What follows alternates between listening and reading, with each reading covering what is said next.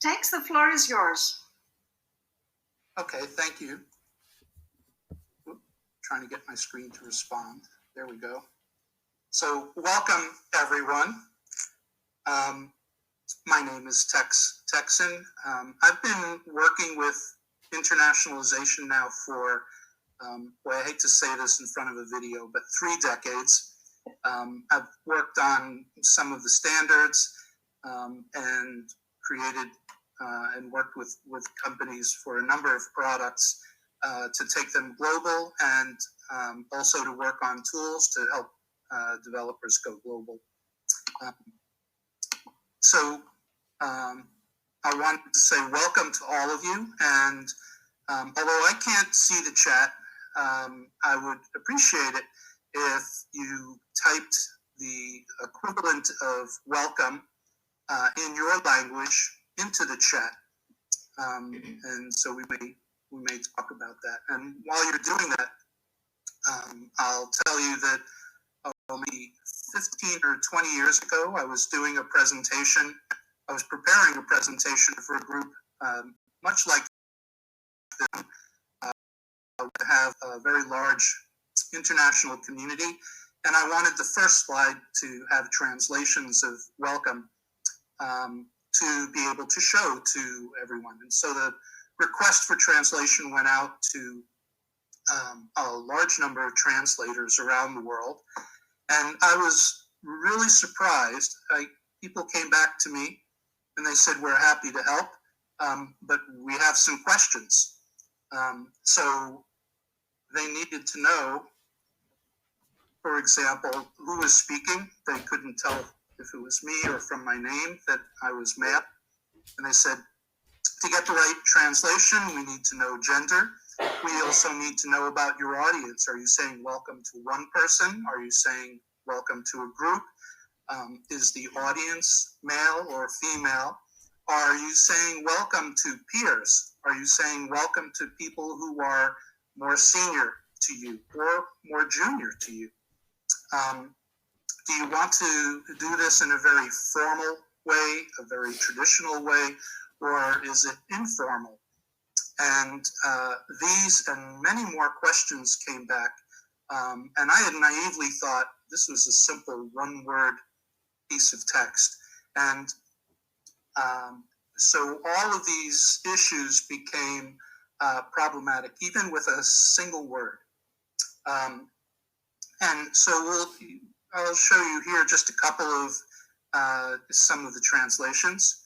And by the way, I prefer an interactive discussion so that I know that I'm addressing questions that people have. And so if you would pass your questions on to Jeanette through the chat, Jeanette can interrupt me at appropriate points and I'll try to address them. But you see here, for example, the German translation doesn't fit into the box. German is the language everyone picks on when they want to talk about text expansion. But you see here the Filipino expression is much longer, and the font had to be reduced to even come close to fitting in the box. And also there's a feminine and masculine version in French. And if you were a Jedi Master, you would have the very long "May the Force be with you" as the opening to say welcome to people. And of course, there can be issues such as right to left languages. And here you see an example where there are 3 different ways of saying welcome in Hebrew, and including a plural version, what you would use for a group. So all of these things can become issues for internationalization and for your software. So let's talk about what internationalization is and how it's separate from localization. And these are the typical definitions. One is, and I just saw this recently reposted on the internet as an example of a good definition. Internationalization is the process of designing an application so that it can be adapted to various languages and regions without engineering changes. And I want to emphasize that, and you'll see why in a few minutes. And then localization becomes the tailoring of an application to meet the needs of some region, market, or culture. These are what I would call a 1980s type definition and a way of thinking about it. They're popular and used in a lot of places, but I believe they're incorrect. I'll add two more. Translation is the specific act of rendering text into another language. And globalization, now this is a term that comes from economics. Originally, globalization meant companies participating in the global economy, trying to establish themselves in foreign markets. So it's about the business. But in order to participate, companies had to adapt their products and services to end users' cultural and linguistic requirements. So the term started to refer to that act, and it was thought of, especially in the software market, where it became a combination of internationalization plus localization. And here I'm using the common abbreviations I-18NN and L10N, or G11N for globalization. And this comes about as what you might call geek speak, where I-18N is internationalization, the letter I plus 18 letters and the letter N. And L10N would be similarly localization, L plus 10 letters plus the letter N. Please don't start calling me T1X. You get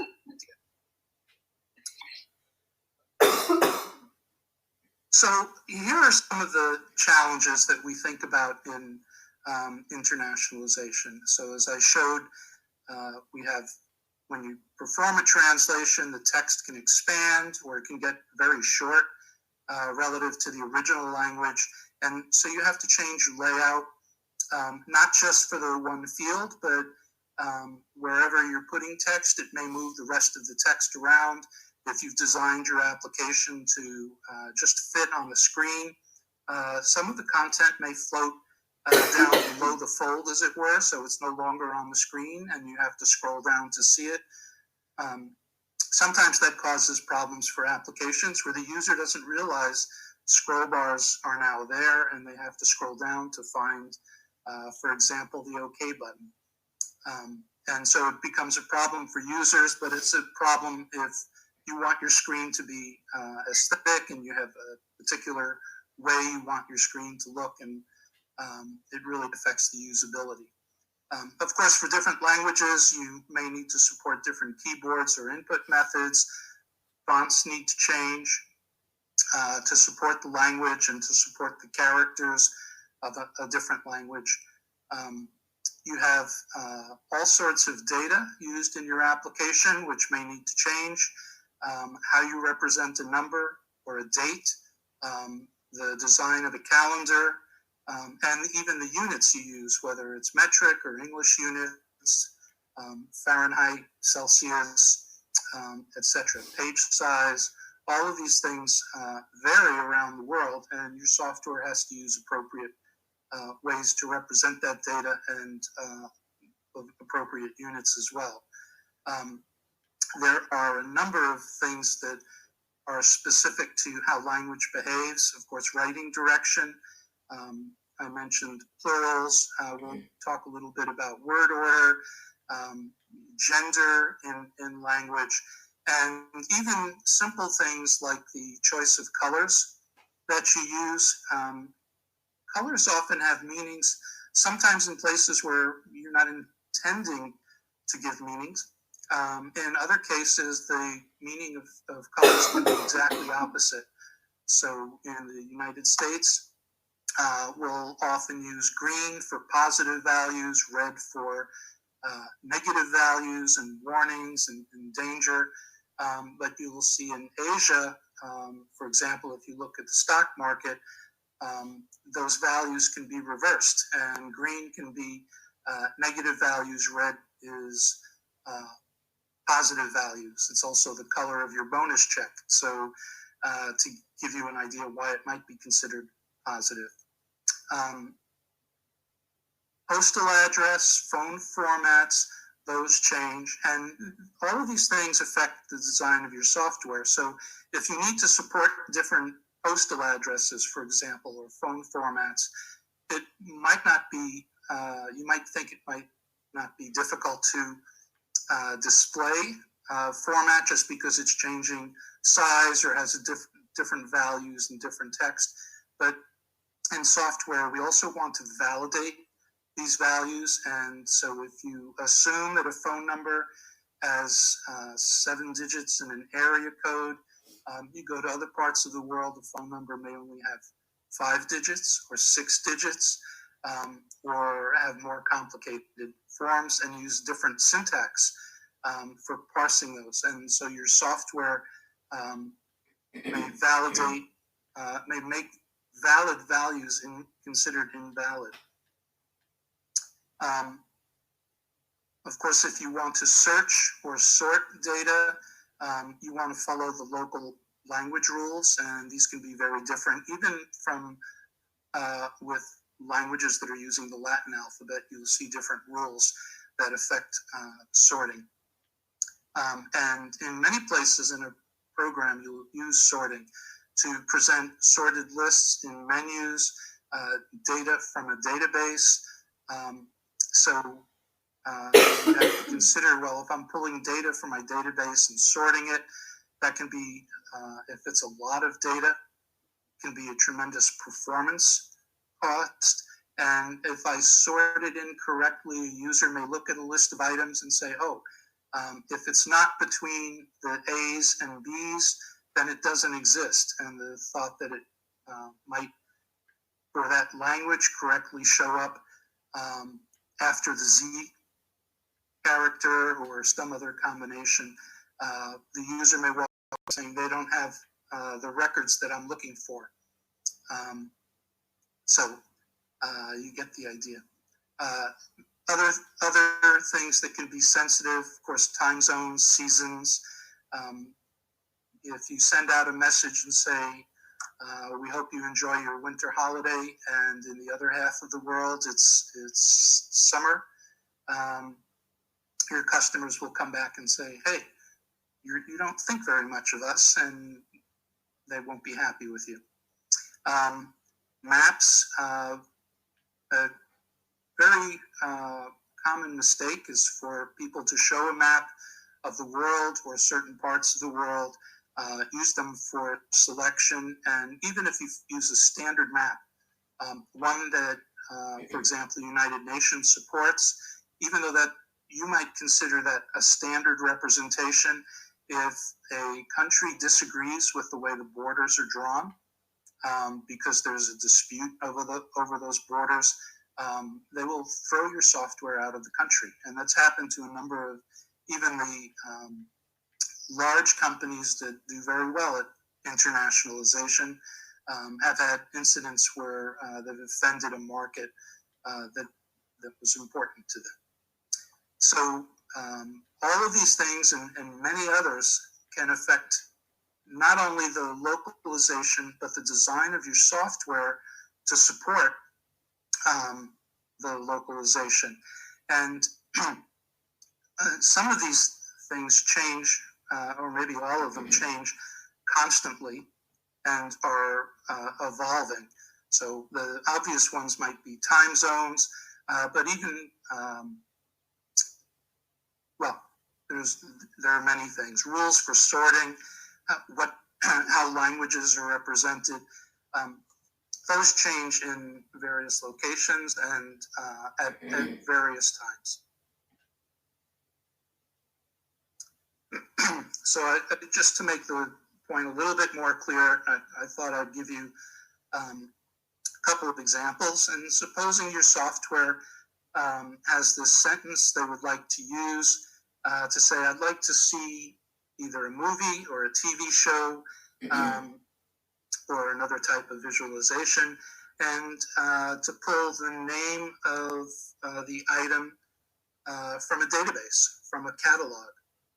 And so now a clever engineer say, oh, instead of creating a different sentence for every possible combination, I'm a clever guy. I'll use the string, I would like to see the, and I'll figure out the type, whether it's a movie or TV show, and replace that and append it to the string I would like to see the.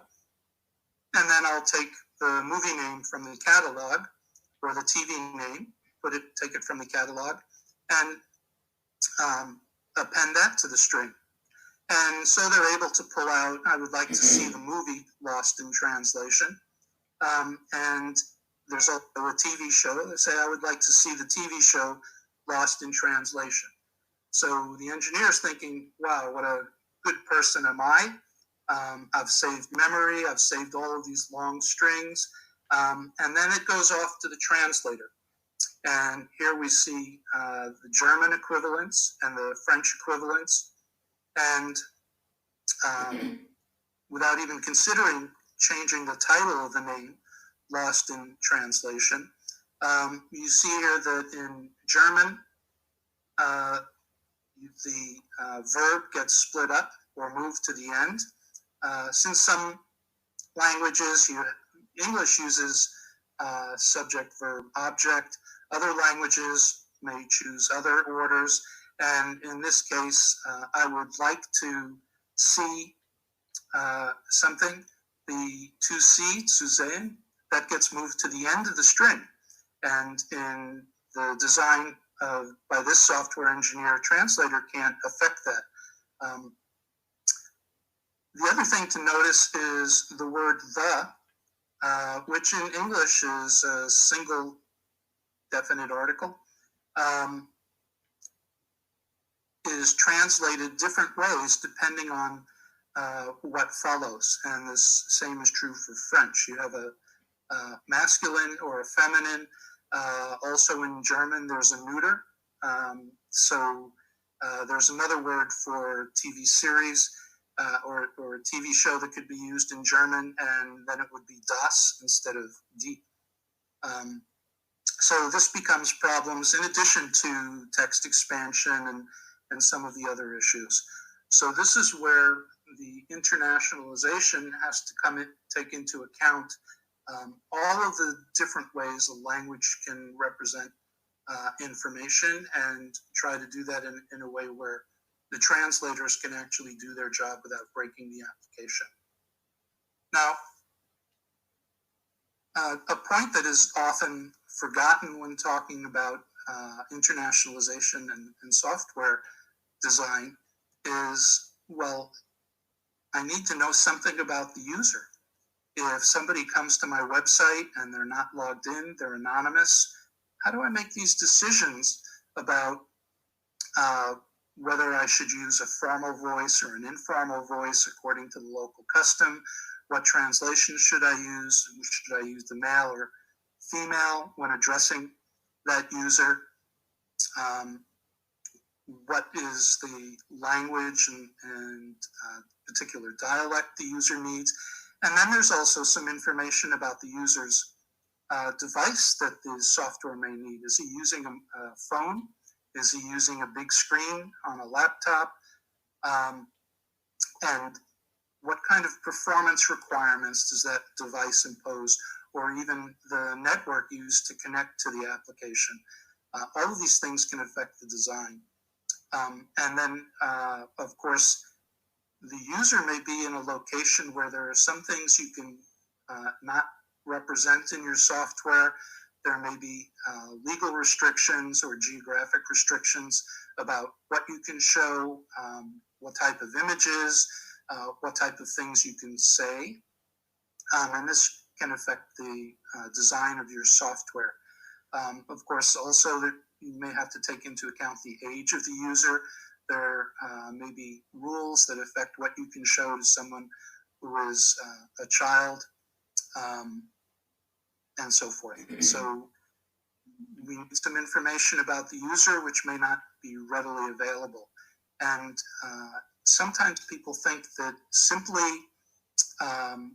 using the IP address to figure out the user's location can be a good way to guess at the user's language and know some information about them, but that's also wrong in many cases.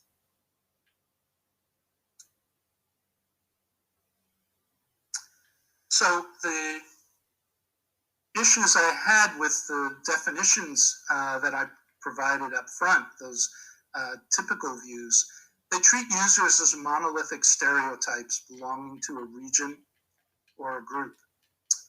And especially this audience, you have some experience with other languages, you have people who travel, sometimes you have people who have relocated or migrated to a new market. They bring with them their unique experiences, their preferences, their background, and the choices that you might make for them, just using your assumptions about what's right for a particular market may not be right for that application or for that individual. And also, you have users who are using their account and sharing information with others. And there's some applications where they actually share their account.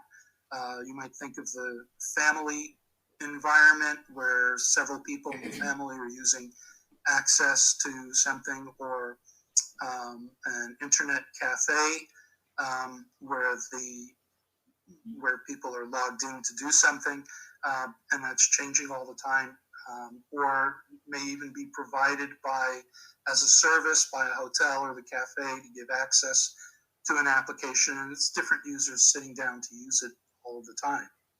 So you have all of these different kinds of user scenarios. Somebody visiting a region, multilingual users. You have a situation where, let's say, a grandparent, dad, and their kids, all speakers of different languages. Maybe grandma hasn't adapted to the current country. Maybe dad was raised in one country and is now relocated to another, and then brought his family to yet another country. So his kids are now speaking a different language from the grandparent or the dad to some extent.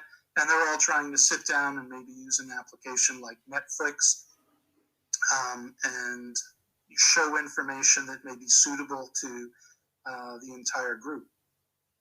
Or scenarios where you're shopping and you're shopping for someone else. So I might want to find a book from another country, and I want to look that up, and I need to have the ability to say, by the way, I'm looking for this location, I'm looking for information in this language, not how you're treating me based on previous experiences. 15 years ago or so, there was a significant change to the web. And that was, instead of an application providing all of the data from a company that was only about that company and consistent in some way, applications began to allow users to upload content, whether it was pictures or write reviews or share information with the company or to share information with other users. And this brought with it a lot of change because now the environment became multi-locale, multilingual, multi-regional. And so you would have individuals that say, hey, you have a lot of reviews, I would like to see them, but I only want to see reviews written by other people in my language. Not only in my language, but also from my country, because people in another country have viewpoints that don't make sense to affect ratings or things that I do here. On the other hand, you'd have people who say, oh, I welcome reviews in some other languages or all other languages, or I want them in my language, but I'm interested to see what people in other parts of the world are saying, and I want to read their content. So life became a lot more complex. Applications had to offer filters of different kinds. And of course, the choices I made yesterday that are not what I necessarily want today. And probably all of you that have worked with e-commerce just said, well, I have to buy a gift for someone. They asked me to get them this particular thing. I went and bought it. And now I keep getting messages about this item, and they think it's my preference. And it's a little bit frustrating and annoying to be seeing ads for something that I only bought one day. It's in another language, or it's something that's used elsewhere in the world. I would never use it. So how do I recognize, or how does an application recognize when somebody has done something that they no longer want to do? Or, for example, I viewed a movie yesterday with my family, but today I'm with colleagues. I don't want to be seeing those choices. I want to see different choices. And now I'm with friends. I want to see something else. So users' preferences can be unique and continually changing. So do we have any questions so far, Jeanette? No, not. Okay. I can't see the chat or anyone else. Yes, so. We have a lot of welcomes. Oh, good. Good. Let's see. So here are some definitions that I use. I think these are a little bit better.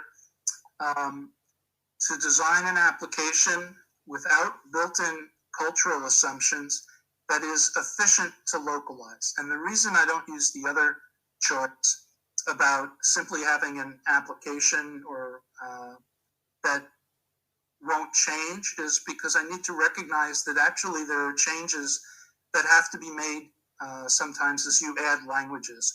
So if you want to support different tax rules around the world, and other legal requirements as you enter new markets or as the market change, you sometimes have to adapt code in order to support that. And we'll talk a little bit about doing that. Localization, this is very similar, support the needs of a particular region, market, or culture, but subject to a user's preferences, to be able to adapt it so it's not, oh, I see you're in this market, or you're somebody who has chosen a particular dialect of a language. Therefore, all of these other things must accompany that person and treat them as a stereotype rather than as someone who's an individual. So for those of you that are a little bit more visually oriented, globalization encompasses all of this. Internationalization is where I try to make the application locale independent or culture independent. Localization takes into account translation and other things besides language that need to change to adapt to the market. And then there's a little bit of overlap where actually I may need to change some of the application because some things are culture dependent. And as I go into new markets, I actually do need to provide different portions of the software to accommodate that. And I should also mention, when we're talking about globalization and internationalization, the choice of the word globalization to encompass everything is not always universal. In some cases, if you read certain magazines or some of the large companies may choose to use internationalization the way I'm using globalization, and then they use globalization the way I've used internationalization. They swap the two terms. So if you're reading other materials and you're a little bit confused, or you're used to the other way around and you're thinking I'm confused, it's because those choices sometimes get switched. So this is a non-internationalized application. From a very abstract point of view, I have a lot of code. And at different points in the application, I'm dealing with different kinds of data that may need to change according to the locale. whether it's date format or postal address, the accounting rules that are used, dealing with different currencies, maybe different legal rules and requirements. Maybe I have audio. And if you don't think about internationalization, you code for these different things throughout your application. Now you want to go to another market. What are you going to do? Well, you have to go through all of that code and find all of those instances and make changes. And so the naive user might say, well, okay, let me take a copy of this application and I'll make another version where now I support different date formats, accounting rules, and so forth. And then when they get to the next market and the next market, now they have multiple versions of the application. And this is a tremendous nightmare to support because now if you want to make a new feature or you find a bug, you have to go through the 4 copies of your application, excuse me, and find all the places that need to change and adapt them. And it can be very difficult. And sometimes you find that making a change in one place can break things in other parts of the application. So for example, if you have software that has a comma separated list, and now you change, let's say, the number format, so commas are now treated differently in the number format, well, that also breaks your list format. So this causes a tremendous amount of difficulty for companies that have experienced this. And you can imagine if an engineer has to make a change to fix a bug in maybe the original application, it might not be fixed the same way, or the bug might not exist in another copy because of changes that were made. And you start to have a nightmare of, well, which fixes go somewhere in which versions of the application, and which new bugs have been entered by the changes made in the different locales. And now how do I make the same fixes and test for those changes? How do I tell my customers which version they should be using? That all depends now on which locale they're in. It becomes a nightmare for companies. So what does internationalization require? So what we attempt to do is design the application in a way that almost all of the code is culture independent, language and locale independent. And we take all of the data that we can anticipate is going to change from market to market and bring that all together in just a few modules, so that we would then know if something has to change about date formats or time zones. I know the particular module that's going to change, and I change it within that module in a way so that it doesn't affect the rest of the application, because I have defined interfaces between the culture independent part of the code and this dependent part. So it's a very abstract way of looking at it. And what this means now is I have these different versions of just those modules. So I might have a French version and a Spanish version, Japanese or other languages. And not only that, but essentially that the definitions of those modules that are culture dependent become my localization kit. Because I know that if I want to support a new market, I just have to work with those particular modules. And I can now send those modules to people who don't even know the internals of my application. In fact, I can keep my proprietary algorithms a secret and not reveal them to anyone else, because I can send these modules out to consultants to change the code, and without risking revealing information that I want to keep to myself.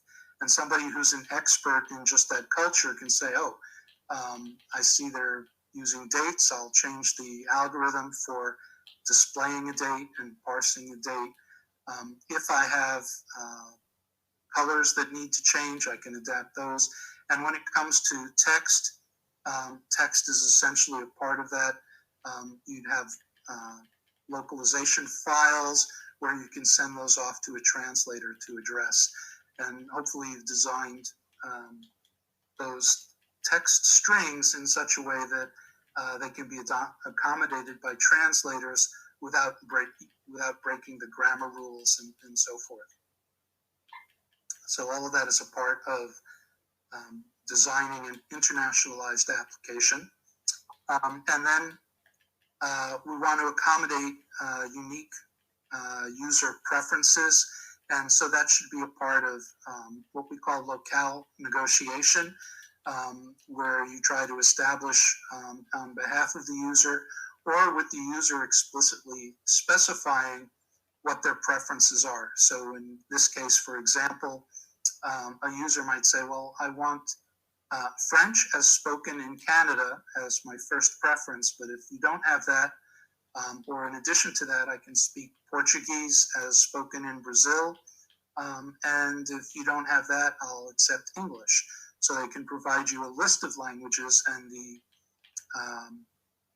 information you return to that user can now take into account, oh, let's prioritize these 3 languages, whether it's reviews or pictures or catalog items, whatever the results are, and give them to the user before we might give them anything else, or even suppress anything that's not in those languages. And for a date format, even though the user is in a locale that wants month, day, year, or day, month, year, this user has said they really prefer year, month, day. So we can accommodate all of that. And so here's an example where, and I don't know how old this particular slide is, but at one point, Google was saying you can specify your preference for your user interface. These are the menu items and the labels used in places in their application in a particular language. But then you can also specify your search language. What languages do you want results in? And they would provide a list. So even though the user interface is using labels and accepting showing data to the user in one language, all of their search results can be in a set of other languages. And also some information about their location so that they can either highlight results for that location or have information relevant to that market. And the results can be influenced by that. And Google, of course, is not the only company that does this. The BBC used to have a very nice interface where you could specify, I'm interested in news from these parts of the world, and I can accept news from those parts of the world in these languages, and you'd get a nice mix of those. Their interface changed, so I'm guessing you can still do that, but the UI for it wasn't as nice looking as it used to be. So how do we make an application to be internationalized? Here are some of the things that you want to think about. You want to maximize the use of culture-independent components. We'll talk a little bit more about that. You want to anticipate that there are going to be components that have to change for different markets, culture-dependent components. You want to design them so that they can be efficiently customized or localized for each market. So one technique, which I would guess most of you are familiar with, is called externalization, where you take out the user interface data, you make that separate from code so that the code doesn't need to change, but all of this data is now in localization files, which you can send off to translators or localizers to say, well, here are the strings, translate these strings. I want to change the colors in my application. Here's how you configure the colors, etc. So all of that becomes separate from the actual functional code that uses that data to render information to the user. And to have a modular architecture where you can easily substitute when you need to. So if I'm printing and formatting and I need different page sizes, the module that does that may need to be separate. Accounting rules, how I calculate taxes, in a market that uses value-added tax is different from markets that don't have that or have some other rules. The same thing is true for legal requirements and restrictions, how you filter and adapt for those. That would go into modules which you might easily substitute as you go for different markets. So one technique, as I mentioned, is to externalize information, your graphics, links, fonts, text strings. Those would go into separate files that can change without affecting your code for rendering. The other thing you want to do is standardize the way you represent data in your application. And this is where, for example, Unicode has become very important because you have one set of characters that can be used to represent text in any language.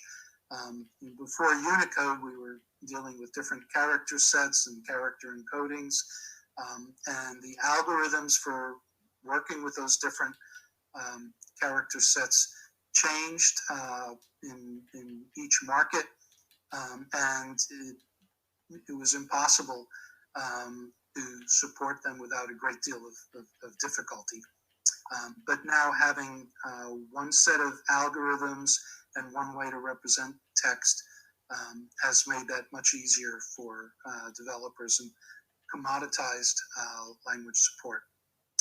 Using native data types, so the way we represent dates and integers or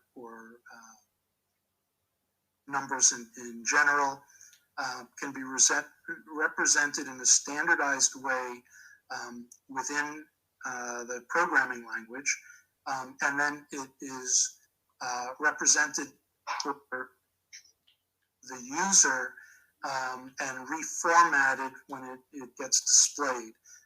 And when a user enters data, it gets parsed and converted to this standard format that's used by the programming language, so that within the code, all of the algorithms that are dealing with numbers and dates and so forth only has to work. There only has to be one set of algorithms for that. And just the rendering and parsing code changes as you go from locale to locale. There's another technique called tokenization, which I'll explain briefly. I'm hearing some background noises. If you can mute your phone when, if you're not trying to say something, that would be great. So maybe I have a list in my application where I'm showing different credit cards. And I might have some logic that says, oh, if somebody has said Visa, then I'm going to run the logic that works with the Visa credit card. But if I go to a different market and Visa is now called carte bleue, then this logic is going to fail because I changed the string of Visa, and I might have to go find everywhere in my code where it said select equals Visa in order to run that logic, even though the only thing that changed was the name of the card. So tokenizing data is where instead of referring to the exact item, we assign them token values. In this case, I've assigned them numbers. And so we say if select equals 2, run the Visa logic. So I can change the name of Visa to carte bleue. I can change discover to something else, and the code won't break simply because of translation of a string. So in the case where there isn't a standardized representation, we tokenize. So these are all concepts that affect not only your software, but how you interface to the software. If you have API or software functions that maybe you use across the internet to access data from your application or let other people write front-end applications to talk to your functionality and software. Excuse me. You want to follow these rules for abstraction and generalization. So abstraction, actually, I'll show you that. You also, even in your API, your software functions, you want to modularize and encapsulate the information and make it data-driven where possible. So here's what I mean by generalization and abstraction is techniques for making your application more general. So abstraction is where you remove details so that you can't recognize the locale or other information that is not relevant to the concept that you're trying to show. So I was looking for examples. It used to be when you had symbols for left, center, right, you could actually see that what looked like writing. And in the early days of software, people thought it was important to show that, oh, this is what we mean. We're actually showing text. But you could recognize that even when it was not English, you could recognize that it was Latin letters that were being used. And so eventually people came to the idea that, oh, I just need to show the lines, and the simple idea of being left justified or right justified became clear, especially in contrast with the other symbols. The point gets very well made.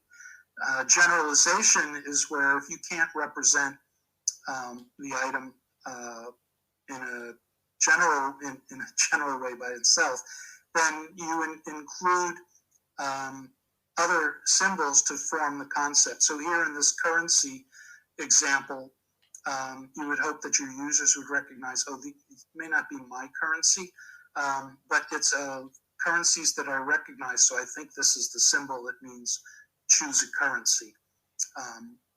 You would like to use them all from all around the world. That may not be practical. So you would choose a few. You might still take this symbol and localize it for different markets to make them more recognizable in a region. But you get the ideas. If you can't have one way to represent the concept abstractly, then you include multiple versions. Sometimes people suggest, well, why don't you just use a symbol that is universal to represent a concept? And I will challenge you all to come up with something that isn't in some way recognized in particular to a locale. And I'm sure most of you have had the experience that you're looking at an image or a photo and you can tell by the clothing people were wearing, or something in the background, or a picture of an object, whether it be a phone or any other kind of object. You look at it and you say, oh, that is Western or Eastern, or there is something that gives away the source of that object. It's almost impossible.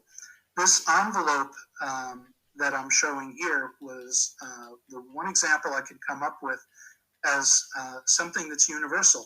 The thought being that people use envelopes to send things around the world. Everyone understands what an envelope is.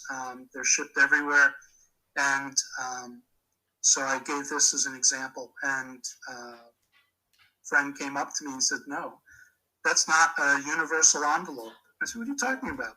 It's how can you tell what that is? And he says, well, I can see just from a little bit the way the envelope overlaps that it opens and closes along the long edge. And in my part of the world, the flap is on the short side. And so this is definitely a Western envelope.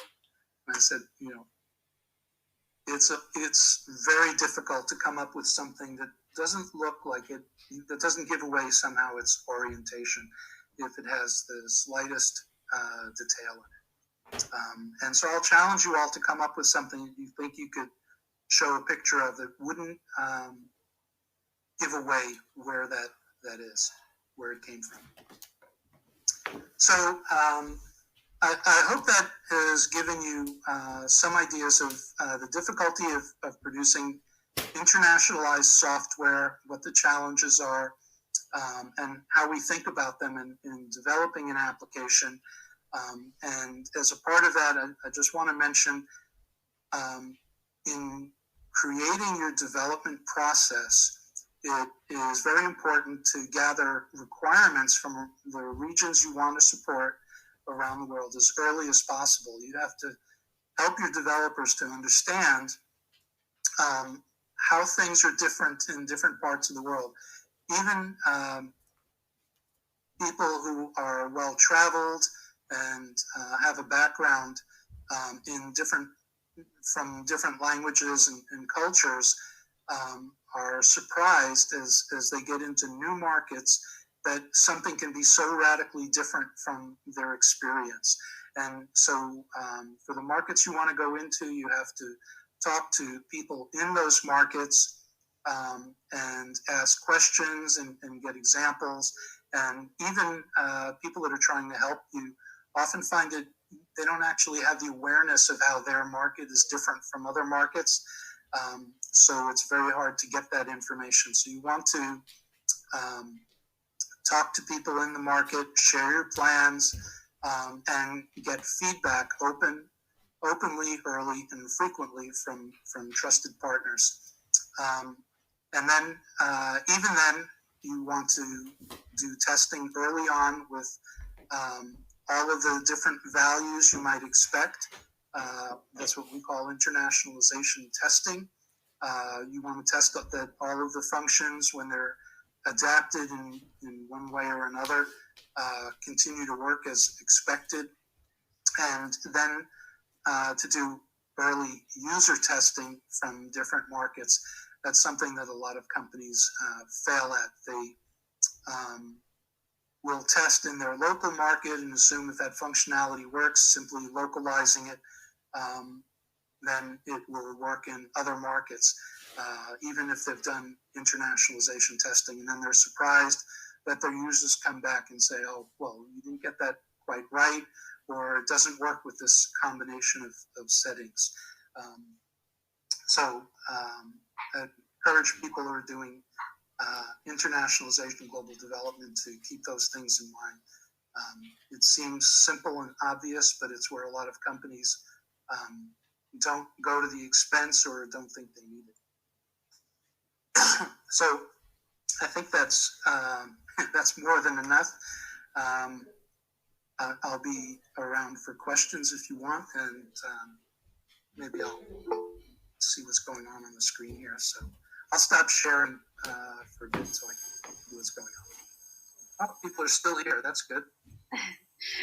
We're all here. Thank you so much. It's been a great presentation. I learned a lot. And there's a couple of messages on the chat about how informative and lucid presentation. Thank you, Tex. Okay, you're welcome, everyone. Thanks for the kind comments. Or we should start calling you T1X, right? Ouch, don't do that. So, any comments, any questions with some? Yes, Siva, go. Yeah, I'm more confused because there are two kind of things that is talked about. One is, when you talk about internationalization, it is more of independent, culture independent. And when you talk about local, it is actually culture dependent. So how do we resolve the conflict between the two?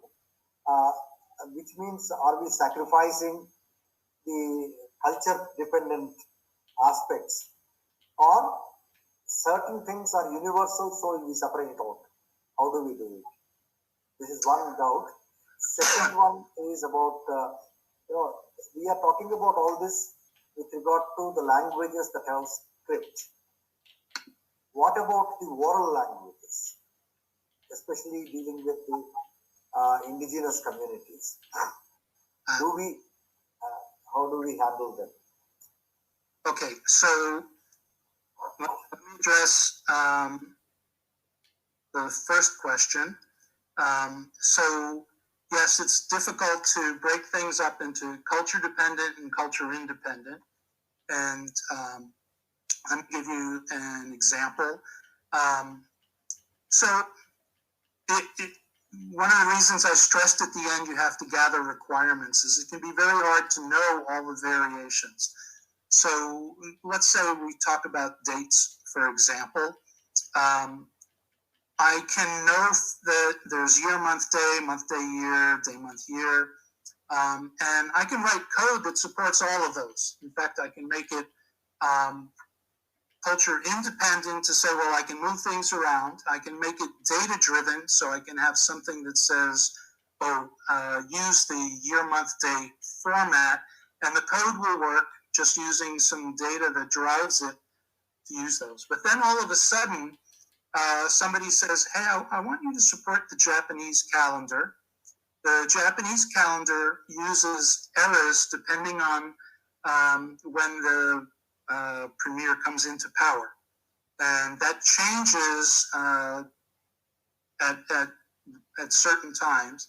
I say, oh, now I either have to rewrite that code or maybe I have to have anticipated that it was going to be different, and I have a module that says go calculate date, and I can do the year, month, day thing.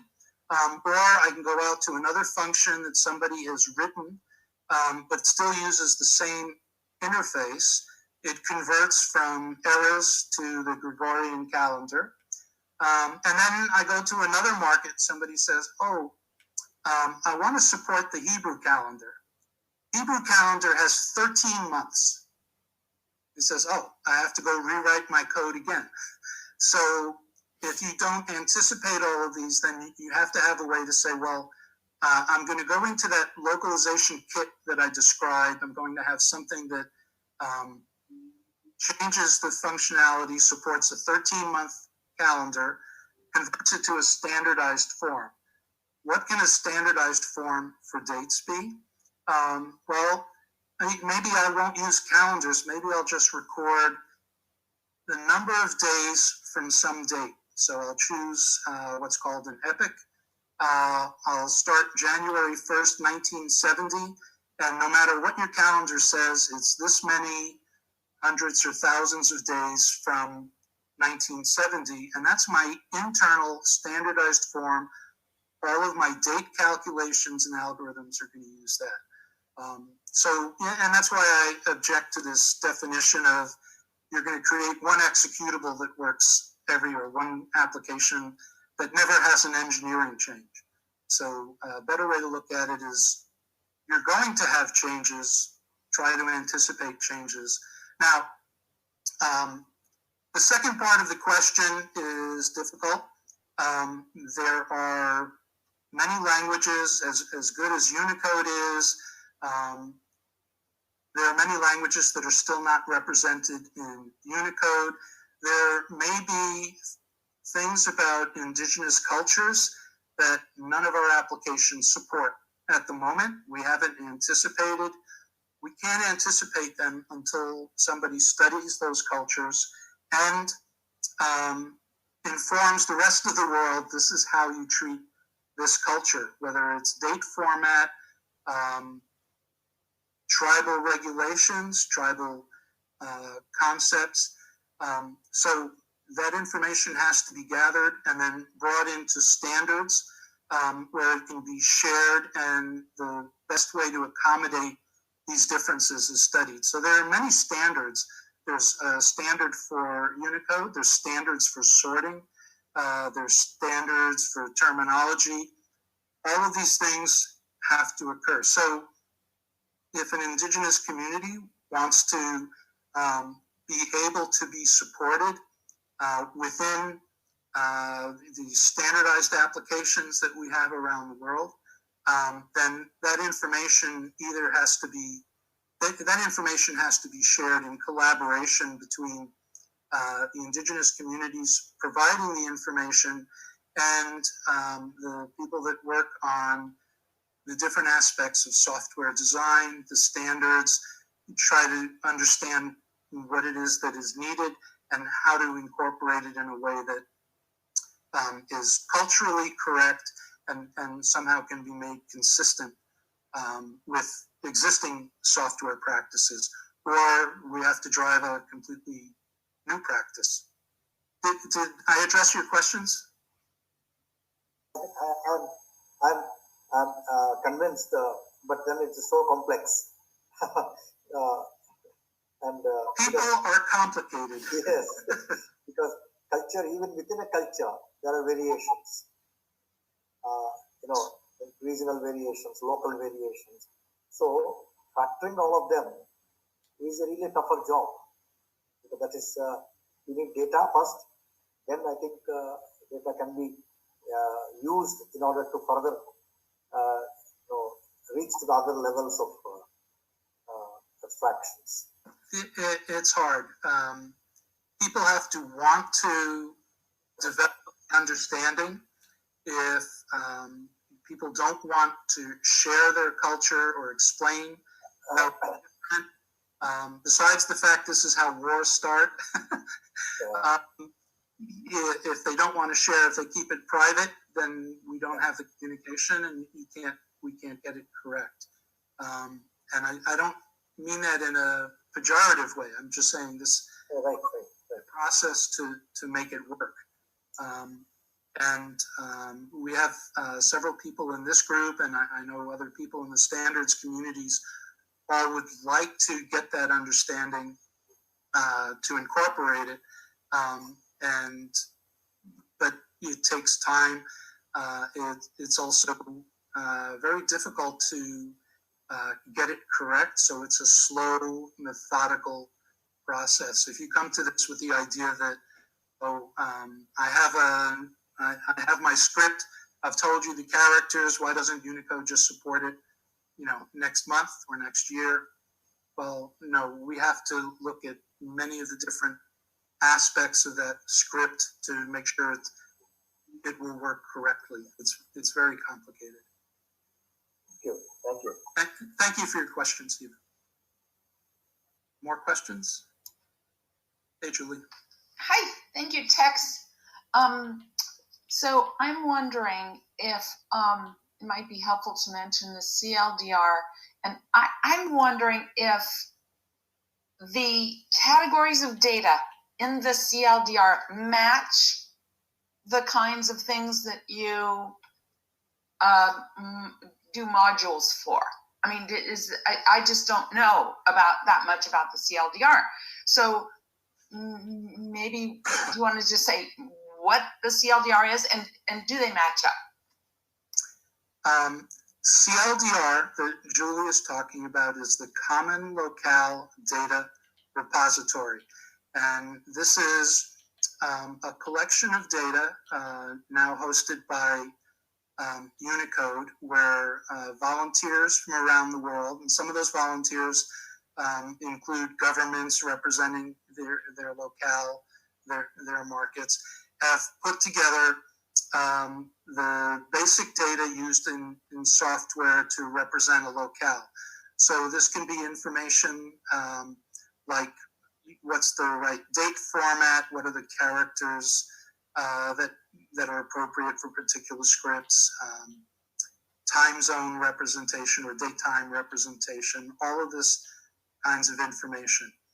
It is also an evolving set of data, not only for different locales, but the kinds of information that have been put in there. It has become the de jure standard for a lot of the locale data.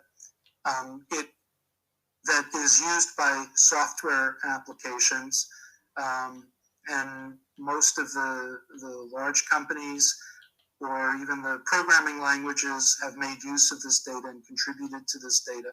So the answer is it is in part the data that is used to represent some of the ideas that I've talked about here, the locale information, but also there are other things that are not represented in CLDR that are still necessary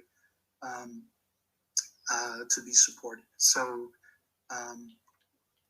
it's a pretty good basis for some of the most fundamental and most common things used in software. Thank you.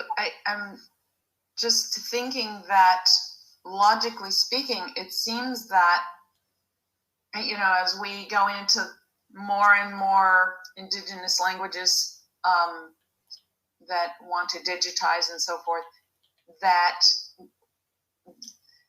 it's just going to expand the complexity. I mean, maybe this is just super obvious, but it just, I mean, the more languages that come on board, the more complexity grammatically and otherwise that you will discover and to accommodate those in internationalization, it just seems that you'll discover more modules maybe that you have to separate out. Absolutely. Yeah. I have a trick that I use as a consultant, because people come to me all the time and say, well, here are the formats that I know of. Have I supported everything that I need?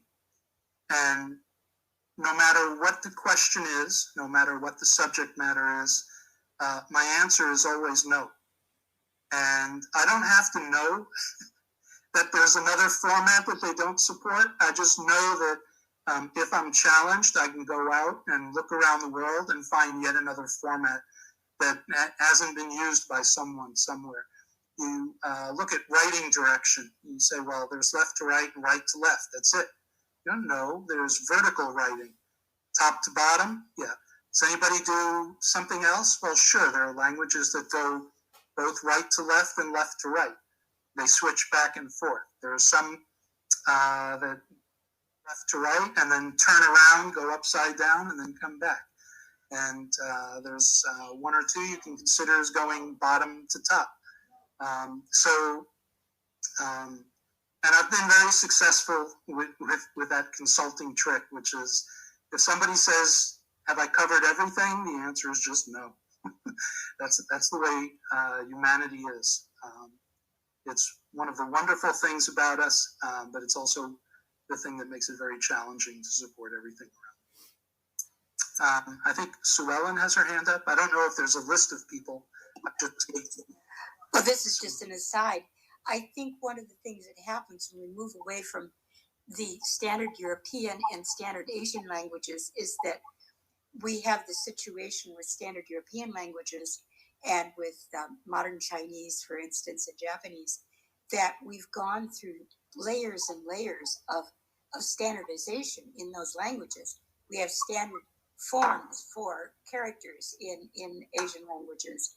We have standard spelling for our English, French, and German, with some variations. But the nice thing is that when you go into these modules, they're quite predictable in our languages because we've done so much standardization, at least more predictable. I'm not saying it's easy. It's just that when you move away from those highly standardized languages to languages that are just beginning to document what they do, and you have many different varieties and variations and no sense of internal standardization, it just becomes so much more difficult. Yeah, and I think that's a double-edged, I don't want to say sword, but the road goes both ways.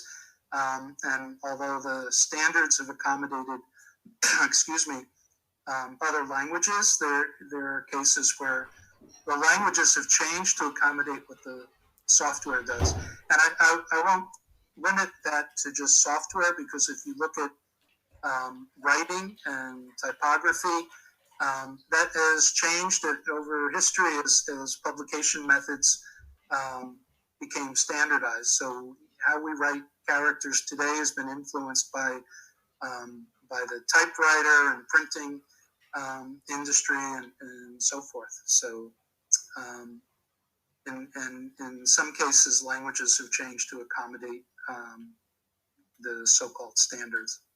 Indeed, indeed. And we see that in usage as well across Europe, that certain terms have become accepted all over the continent, that everyone recognizes these terms. So there's a certain leveling that is a result of the digitization of our languages. Mm-hmm.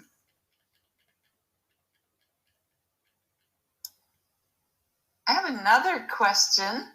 While we get to pepper Tex with questions, in your experience as an internationalization person, consultant, expert that goes and deals with companies in the world, can you say something about, how much of your work has to do with helping a company come up with a brand new something and do it right from the beginning, do it right, with meaning they're going with the internationalization approach from the start, versus people who are, needing to do catch up, or they're stuck or having problems? Can you say something about that? How much of your work is in each of those camps, or, what is it like when people run into problems and can't localize it? Oh, oops. Can we do some catch up with internationalization? So it varies, Julie. I think I like to work on the leading edge and work with companies that are pioneering new technologies. And I kind of mentioned the way the internet changed back around 15 years ago or so, when we started to allow users to upload information, as one example, right? Once people started doing that, we had to think about, and I'm not saying it was just me, but everybody who was allowing people to upload content. How do we check for spam? How do we filter? How do we accommodate users' preferences? What did users want? How do we promote information to the user that's right for their particular set of preferences? How did we allow them to specify more than one language? How do we filter out things that aren't right for them? That's one example. And there are many examples. Even when you use your phone today, you use certain gestures in order to expand the screen and do other things. And now we have all sorts of devices where you can indicate what you want to do by pointing at yourself or doing other things. Well, those gestures have to be studied and checked around the world. If I want to say, are you talking to me? I point at my chest. But somebody in an Asian market might point at their nose. Whereas on the other hand, if I say something stinks, I might point at my nose, right? And so there are gestures. Everything we do had to be thought about and accommodated, and people had to come up with what's going to work for most of the people around the world, or at least be understandable. So now I look for companies and try to help companies that are pioneering in new spaces, so I can think and investigate these things. But there's a lot of companies out there, and I like to joke. Maybe I shouldn't say this. I probably shouldn't say this, but I will. there are a lot of companies that are 30 years behind in internationalization, and they want to be brought forward. And the joke is they want to be brought forward to maybe 20 years behind. So as a consultant, we try to help them advance their internationalization, figure out what the best course is, but for various reasons, they can't balance the expense for a wholehearted internationalization with the opportunities that the internationalization will bring them. So that's what I was kind of thinking, which is like massively huge job to redo everything, right? And really bring them up to speed. It can be. And the way to think about it is this is why you want to do internationalization as early as possible. So if you think of something like Unicode support, Unicode is everywhere you're dealing with text. It's everywhere in your software. If you haven't properly handled Unicode, then you have to rewrite your almost every line of code that deals with text, which is going to be the majority, especially your front end. But it affects your database and your back end as well. And so if you haven't done that right, or if you've done it in a limited sense, then the next language is going to cause you to redo it again. So you want to do that up front. But people have to make choices, and I understand that. I see, I guess we're running out of time, but I see Claudio has a question. Is that what you're signaling, Jeanette? Okay. Yes, Tex. Well, I have two very short questions. The first one is the following. We have seen a lot of online software translation, particularly now during the pandemic, and this normally involves software development and language data processing. Perhaps you could make a short comment on this topic. And more or less in the same area, we have also multilingual newspaper versions now. Sometimes it involves multilingualism, but also multimodality. And perhaps you could comment a little bit about this also. But I am very happy with your lecture because it was really very useful for my students now. I will make use of this model, which was very much appropriate on the globalization, etc. Thank you. All right. Thank you, Claudio. So the first question was about software translation, machine translation, and the like, if I understood correctly. And yes, this is up and coming. It is now just about commoditized, where you can have your software connect to a service that does machine translation. It has been around for a number of years, and the quality just keeps getting better and better for certain language pairs. There are other language pairs that aren't yet there because it requires data and experience to train them properly, and it also depends on the domain, the subject area that is being translated as well. So I think it's something that every company should be looking at. If you're planning on being around for a while, you should begin to get the experience with it. If you're not doing it, you want to start getting some experience and learn how to use it. It's going to be something that your team needs to understand and know how to work with going forward. It's not something that I would recommend using without testing and getting experience. And I think I would use it in a limited way to begin with, because there are some risks of not getting good translations if you're not doing it correctly. But I recommend to my clients that ask about it, that yes, they should pursue it, if at least in an experimental way. The other question I get commonly as well, there's open source versions. Should I just start using that on my own? And I think that's also very much in the experimental camp, and you should plan on getting a few years of experience with it before you actually think you're going to use it and publish with it. Just because to learn how to use it, and you have to trained and train your staff on it. But there are services you can use, and you can work with companies that will that have the experience and work with you on that.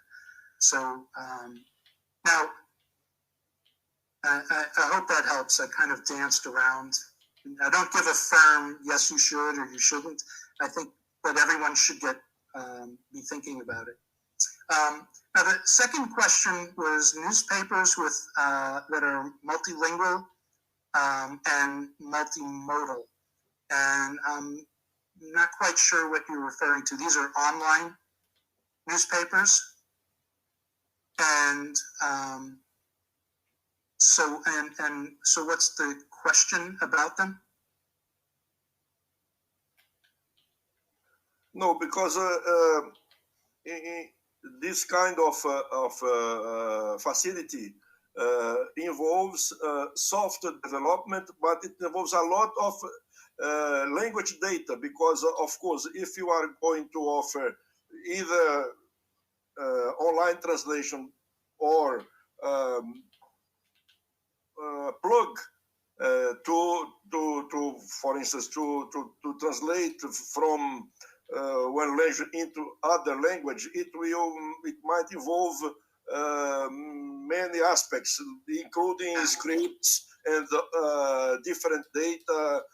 Many of the topics that you presented in your lecture, which involves standards, all these, which might lead to, I do not say distortions, but at least inappropriate translation or things like that. Yeah. So I've worked with some similar things. So let me tell you the difficulty. You're reporting a story, and you think, well, I'll just translate it, and I want a culturally, well, a linguistically correct translation. And the story is this country attacked that country. Or let's use sports. Brazil trashed Germany in some Olympic event. Now you're going to translate that for the Germans to read. And you're not going to say Brazil trashed Germany. You're going to say our team fought very hard, but something happened, and you're probably going to talk about the refs being unfair. So, and I'm sorry to either Brazilians or Germans out there. This is just a made-up example, but the key point is how you report the news in different parts of the world also has a different spin. So you would actually use different reporting.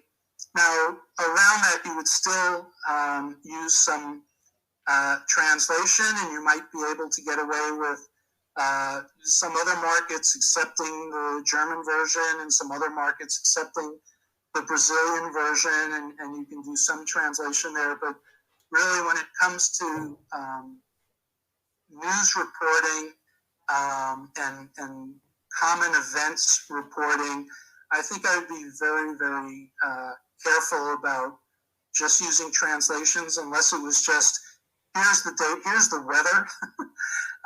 And even that, I'm guessing, can be subject to some cultural representations that might be unnerving for people.